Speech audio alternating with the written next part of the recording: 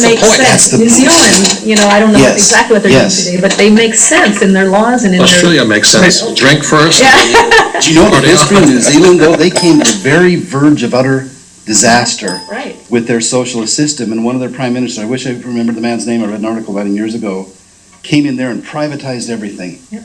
And also very self-sufficient. They yeah, don't allow nuclear boats in their premise. I mean, it's all very, it just makes sense. oh, the turnaround. Well, and I Success. think that's one of the pieces of education that we have to be getting right now is if things do collapse in your country, where do you go?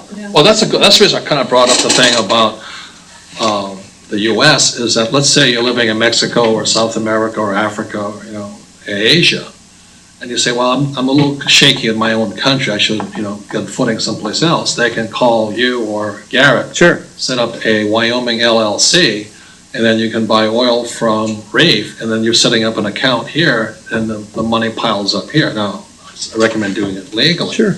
The point is here, it's how you think. Yes. And we think globally. I love the world. I mean, the world's a beautiful place. And there's always opportunity in every country. And the people that are having a hard time today are the guys rioting in London now saying, they think it's because of the welfare cuts and social cuts and all that. Well, it's going to keep coming. I mean, you're going to lose.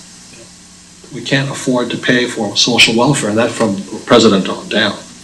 Right, no, more than anything, right now, we've got to change our context. I mean, that's, how do we think about money? How do we think about the economy?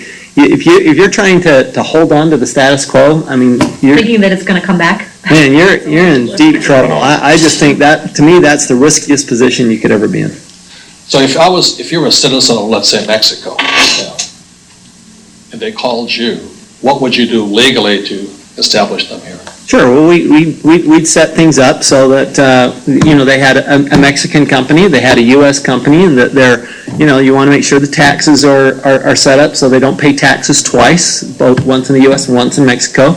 You make sure that their structure is right. I mean, here's the thing, anytime we're investing, wherever we invest around the world, we need to make sure that not only are we legal, but we're treating our investing like a business. When you do your oil and gas, that's a business. When you do real estate or gold and silver, you look at it as a business. When you do real estate, it's as a business. And as long as we treat ourselves, I always like to say, think big and act small, because you want to think big, but you need to understand that you've got to be as well set up as an IBM or an Apple or a Microsoft. And you've got to make sure you're treating your company just like they would in a big company. And if you do that, you can set up anywhere. You can set up in Singapore, Thailand, Australia, the UK, it doesn't matter. You can do it. Well, and there's opportunity everywhere. Annalie Cortez was here over the weekend, or in Salt Lake over the weekend. We visited with her, and she's moved back to Mexico now from Arizona.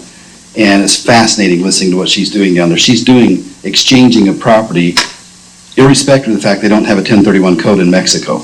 Just instinctively, she's taking this property and using as down payment on that property and building her wealth just rapidly because she's an entrepreneur, because of the way that she thinks. Sure. And you can do it anywhere. You can do it where you are right now.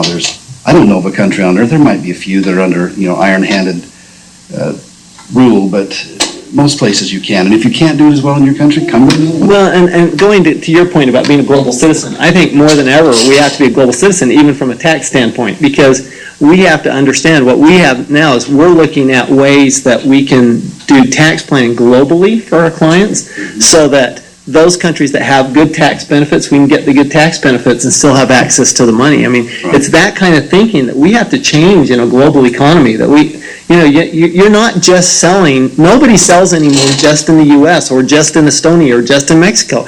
Everybody sells all throughout the world, and we just have to take that into account. And Well, also, that's the point I was bringing up, is because there's a tragedy going on, as we know, along the Texas-Arizona-California border.